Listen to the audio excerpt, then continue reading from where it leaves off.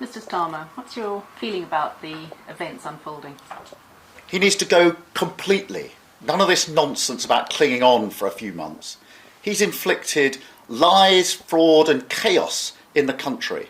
And, we're stuck with a government which isn't functioning in the middle of a cost of living crisis. And all of those that have been propping him up should be utterly ashamed of themselves. We've had 12 years of a stagnant economy, 12 years of broken public services, 12 years of empty promises.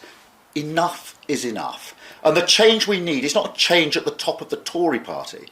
It's much more fundamental than that. We need a change of government and a fresh start for Britain. It doesn't look like he'll get a general election if he just swaps leaders. He needs to go. He can't cling on in this way. His own party have finally concluded that he's unfit to be Prime Minister. They can't now inflict him on the country for the next few months. It's obvious he's unfit to be Prime Minister. That's been blindingly obvious for a very, very long time. And if they don't get rid of him, then Labour will step up in the national interest and bring a vote of no confidence, because we can't go on with this Prime Minister clinging on for months and months to come. Wouldn't that unite the Conservative Party?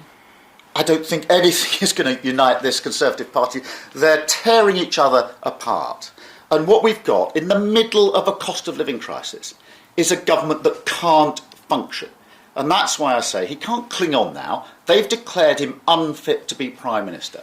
They can't inflict him on the country for the next few months. If they don't get rid of him, we will bring that vote of no confidence in the national interest, because we can't go on with this broken government led by this discredited Prime Minister. Boris Johnson, in some ways, was your biggest asset if you were going to go to the country. When you lose him, you will have more of a problem, won't you? Look, the Conservative Party has been in power for 12 years.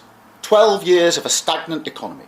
12 years of broken public services. 12 years of empty promises. We need a fresh start. And that's why I say changing the person at the top of the Conservative Party is not the fundamental change that we need. We need a change of government. We need a fresh start for our country.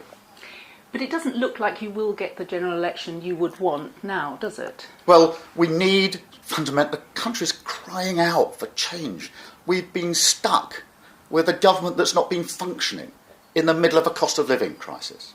And now changing the person at the top of the Conservative Party is not going to make any difference whatsoever.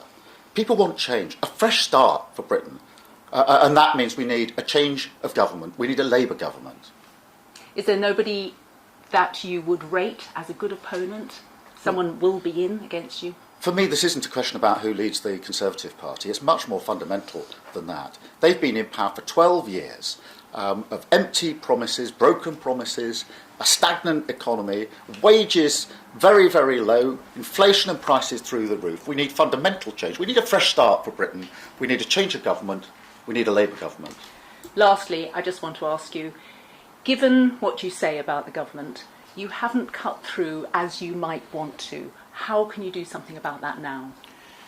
We've come from a general election in 2019 where we did very badly, to local elections this year where we made considerable ground, and a by-election win 2 weeks ago today in Wakefield with a huge swing to the Labour Party. So we're on track, and that's why we say the change we need is a change of government, a Labour government. We're ready for that. Thank you, Mr Starmer. Thank you.